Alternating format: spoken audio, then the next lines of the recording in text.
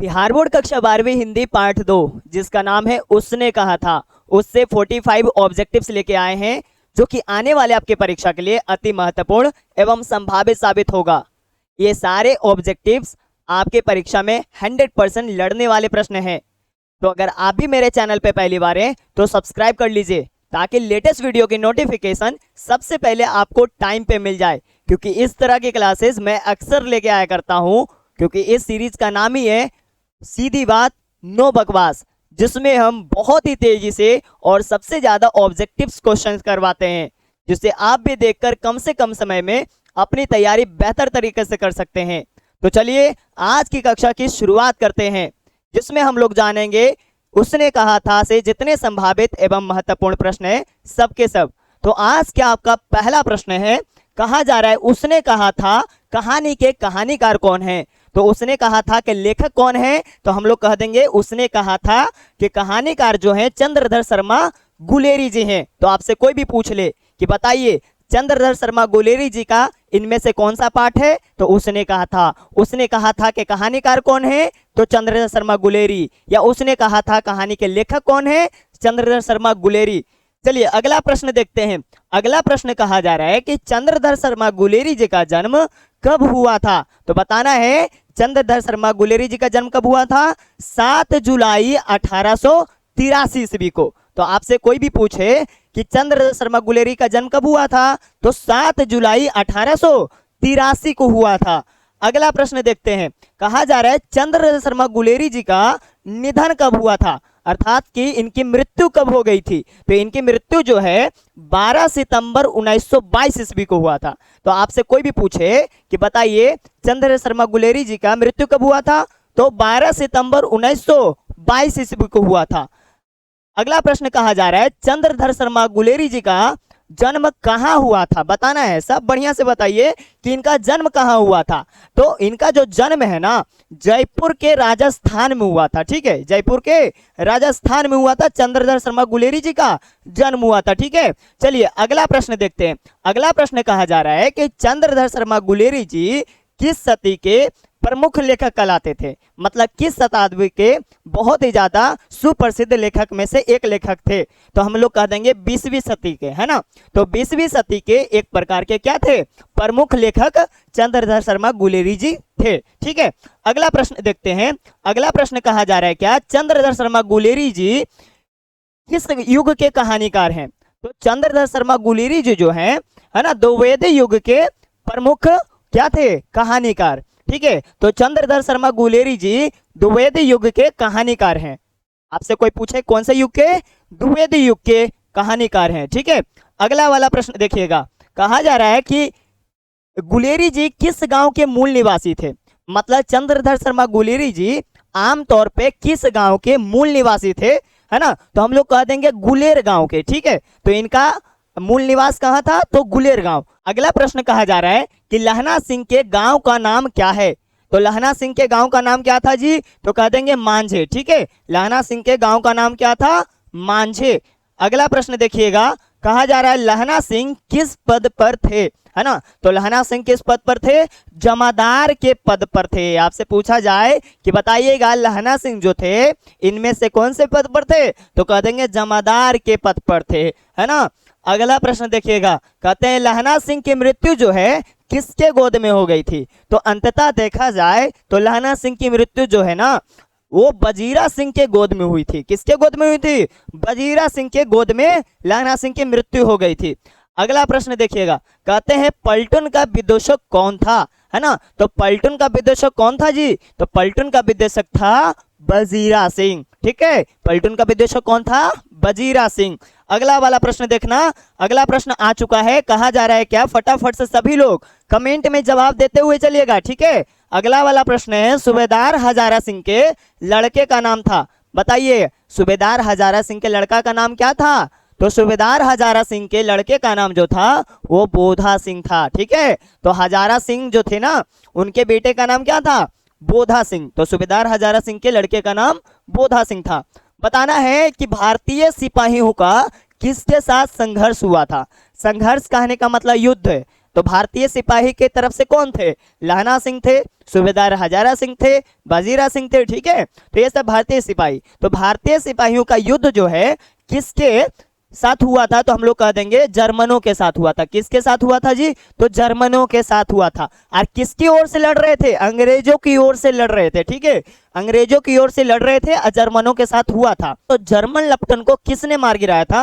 तो German lieutenant को लहना सिंह ने मार गिराया था, ठीक है। क्योंकि पकड़ लिए थे कि ये जो है ना हमारा असली वाला लेफ्टिनेंट साहब नहीं है, ये कोई जर्मन ही बन के आ गया है। तो लहना सिंह उनको मार गिराए थे, ठीक है। तो जर्मन लेफ्टिनेंट को किसने मार गिराया? लहना सिंह मार गिराए। अगला बताइएगा, सिख राइफल जमादार लहना सिंह का नंबर क्या था? बताइएगा। ये क्या थे? जमादार थे ने जी। तो लहना सिंह एक जमादार के पद पर थे, तो उनको दिया गया था राइफल। ये क्या थे? एक धर्म से सिख थे। तो बताना है सिख जो थे लहना सिंह, उनका राइफल का नंबर क्या है ये बताना है, ठीक है। तो सिख राइफल जमादार लहना सिंह का नंबर क्या था? तो कह देंगे 77, है ना। 77 नंबर के राइफल लहना सिंह को दिया गया था, ठीक है। अगला देखिएगा, अगला प्रश्न है कि सरकार ने सूबेदार को जमीन कहाँ दी थी, है ना। सरकार ने सूबेदार को जमीन कहाँ दी थी? तो कह देंगे लायलपुर में, ठीक है। तो सूबेदार जी को सरकार ने जमीन कहाँ दी थी? तो कह देंगे लायलपुर में दी थी, ठीक है। अगला प्रश्न देखना, कहते हैं गुलेरी जी का जन्म जो है ना कहाँ हुआ था, ठीक है। गुलेरी जी का जन्म कहाँ हुआ था? तो हम लोग कह देंगे जयपुर के राजस्थान में, जयपुर के राजस्थान में, ठीक है। जयपुर के राजस्थान में इनका जन्म हुआ था। अगला देखिएगा, सुखमय जीवन जो है किनकी रचना है? सुखमय जीवन किनकी रचना है? तो चंद्रधर शर्मा गुलेरी जी की रचना है। चंद्रधर शर्मा गुलेरी जी की रचना है। अगला देखिएगा, उसने कहा था कहानी कब प्रकाशित हुई?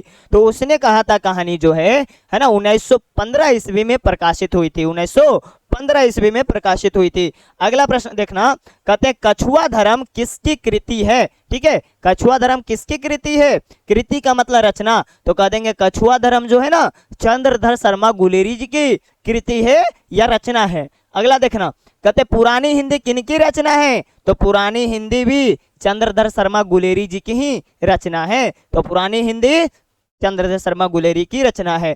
अगला देखिएगा, कहते कौन सा निबंध जो है गुलेरी जी की रचित नहीं है? मतलब कौन सा इनमें से निबंध गुलेरी जी के द्वारा लिखा हुआ नहीं है? कह देंगे मजदूरी और प्रेम, ठीक है। ये जो है ना चंद्रधर शर्मा गुलेरी जी के द्वारा लिखा हुआ नहीं है, ठीक है।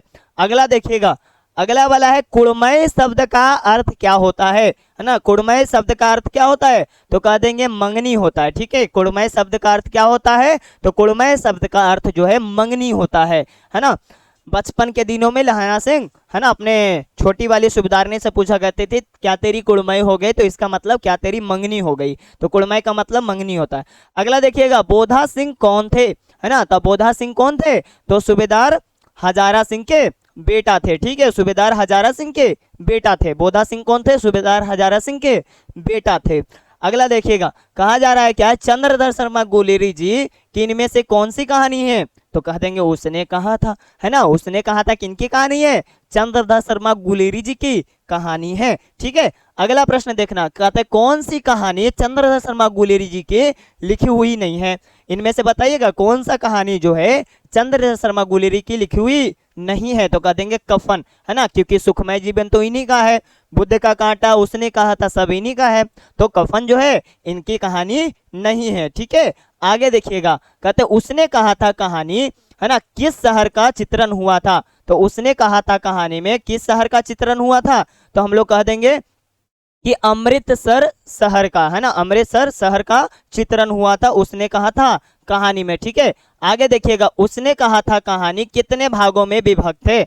उसने कहा था कहानी जो है कितने भागों में विभक्त है जी? तो कह देंगे कुल 5 भागों में विभक्त है, कुल 5 भागों में विभक्त है, ठीक है। आगे देखिएगा, कहते हैं लहना सिंह किस कहानी के पात्र है ना। लहना सिंह जो है किस कहानी के पात्र हैं? तो कह देंगे उसने कहा था कहानी के, है ना। पात्र का मतलब कैरेक्टर। बताइए किस कहानी में लहना सिंह थे? तो उसने कहा था कहानी में थे, है ना। आगे देखिए, उसने कहा था किस प्रकार की कहानी मानी जाती है ना। तो एक प्रकार के जो ना कर्म प्रधान की कहानी है, ठीक है ना। जान जाए तो जाए लेकिन बचन ना जाए, मतलब कर्म प्रधान की कहानी है। कर्म को करते हुए जान का, है ना, बलिदान दे दिए कौन? लहना सिंह, ठीक है। तो यहाँ पर कर्म प्रधान की कहानी है, उसने कहा था। बताइएगा पुरानी हिंदी जो है ये किनकी रचना है? तो पुरानी हिंदी किनकी रचना होगा? चंद्रशेखर शर्मा गुलेरी का सुखमय जीवन, पुरानी हिंदी, ये सब के सब जो है ना, चंद्रशेखर शर्मा गुलेरी की ही रचना है। ठीक है, अगला देखिएगा, अगला प्रश्न कहते कीरत सिंह कौन थे, है ना? कीरत सिंह कौन थे जी? तो कह देंगे कीरत सिंह जो थे ना वो लहना सिंह के भतीजा थे। ठीक है, लहना सिंह के कौन थे? भतीजा। कीरत सिंह कौन थे? लहना सिंह के भतीजा थे। आगे देखिएगा, कहते तेरी कुड़मय हो गई ये किस कहानी से संबंधित है? बताइएगा ये कौन से कहानी से संबंधित है जी? तेरी कुड़मय हो गई, तो कह देंगे उसने कहा था कहानी से संबंधित है ना, तेरी कुड़मय हो गई वाली बात। आगे देखिएगा, कहते हैं बचपन में लहना सिंह लड़की से बार बार कौन सा प्रश्न करता था? तो बचपन में लहना सिंह जो है लड़की से तेरी कुड़मय हो गई वाले प्रश्न करता था, है ना? बार बार जब भी मिलते थे तो कहते थे कि तेरी कुड़मय हो गई क्या, है ना, इस तरह से। तो बचपन में लहना सिंह लड़की से बार बार यही प्रश्न करते थे, तेरी कुड़मय हो गई, है ना, इस तरह से। आगे देखिएगा, कुड़मय शब्द का अर्थ क्या होता है? बताइएगा कुड़मय शब्द का अर्थ क्या होता है जी? तो कह देंगे कुड़मय शब्द का अर्थ मंगनी होता है। क्या अर्थ होता है? मंगनी होता है। आगे देखिएगा, कहते हैं लपटन साहब सूबेदार को कितने आदमी खंडक में छोड़कर जाने को कहते हैं? बताइएगा लपटन साहब जो थे ना वो सूबेदार जी को कितने आदमी खंडक में छोड़ के जाने को कहते हैं? तो कह देंगे 10 आदमी छोड़ के जाने को कहते हैं। ठीक है, मतलब ठिकाने पे 10 आदमी छोड़ के जाने को कहते हैं, बाकी सब अपने अपने जगह पे जाना चाहते हैं। तो बताइएगा लपटन साहब सूबेदार को कितने आदमी खंडक में छोड़ के जाने को कहते हैं? तो 10 आदमी छोड़कर जाने को कहते हैं। आगे देखिए, अमृतसर शहर में लहना सिंह के कौन थे? तो अमृतसर शहर में लहना सिंह के जो थे ना वो मामा जी थे। कौन थे? मामा जी। तो बताना है अमृतसर शहर में लहना सिंह के कौन रहते थे? तो मामा जी रहते थे। ठीक है, मामा जी रहते थे। आगे देखिए, लहना सिंह सूबेदार को वापस बुलाने के लिए, है ना, किसको भेजता है? वजीरा सिंह को। ठीक है, वजीरा सिंह को भेजता है। आगे देखिएगा, कहते हैं सूबेदारनी ने अपने पति एवं पुत्र की रक्षा के लिए किससे कहा?